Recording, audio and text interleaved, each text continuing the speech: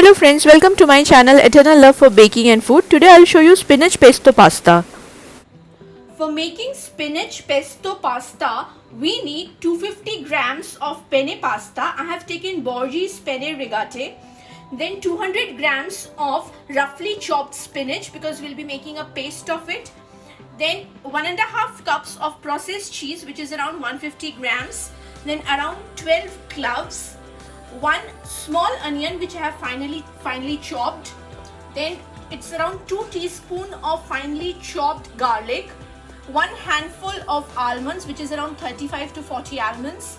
Then 3 whole walnut which I have cracked and taken. Salt as per your taste, and black pepper around 2 teaspoons. Apart from this, we need some fresh cream, olive oil for tempering, Italian seasoning, and half cup of milk.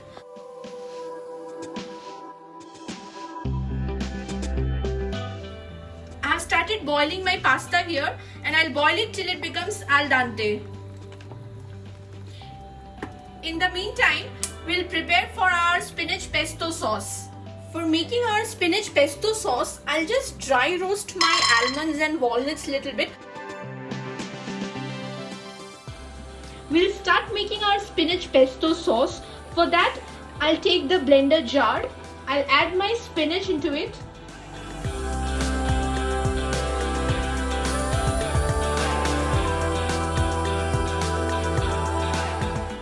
Now this is how our spinach pesto paste looks like.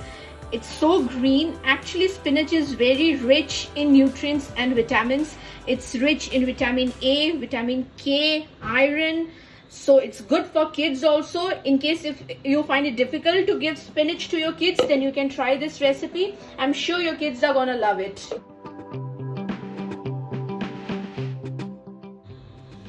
I'll drain the excess water now, and I'll retain 1 cup of this residual water which I'll give in my pasta preparation.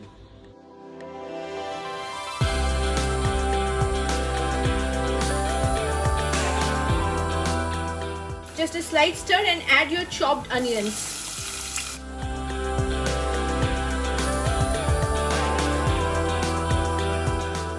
Our onions are done. Now we'll add our spinach pesto paste.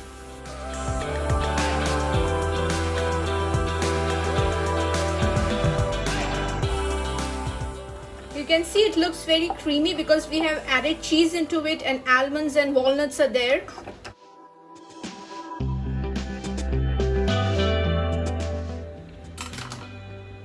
I'll add the milk, and this is the pasta residual water which I have kept. I'll add a little bit of it. If required, I'll add more after checking up the consistency of the sauce. And I'll add up my remaining cheese, processed cheese. You can add more cheese if you want.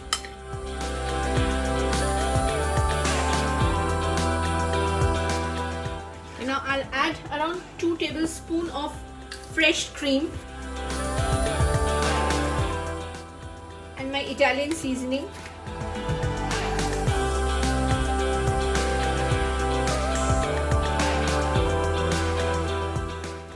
I'll let it cook for a while in the sauce. This is done now. It's ready to be served. If you want, you can add some tomatoes also.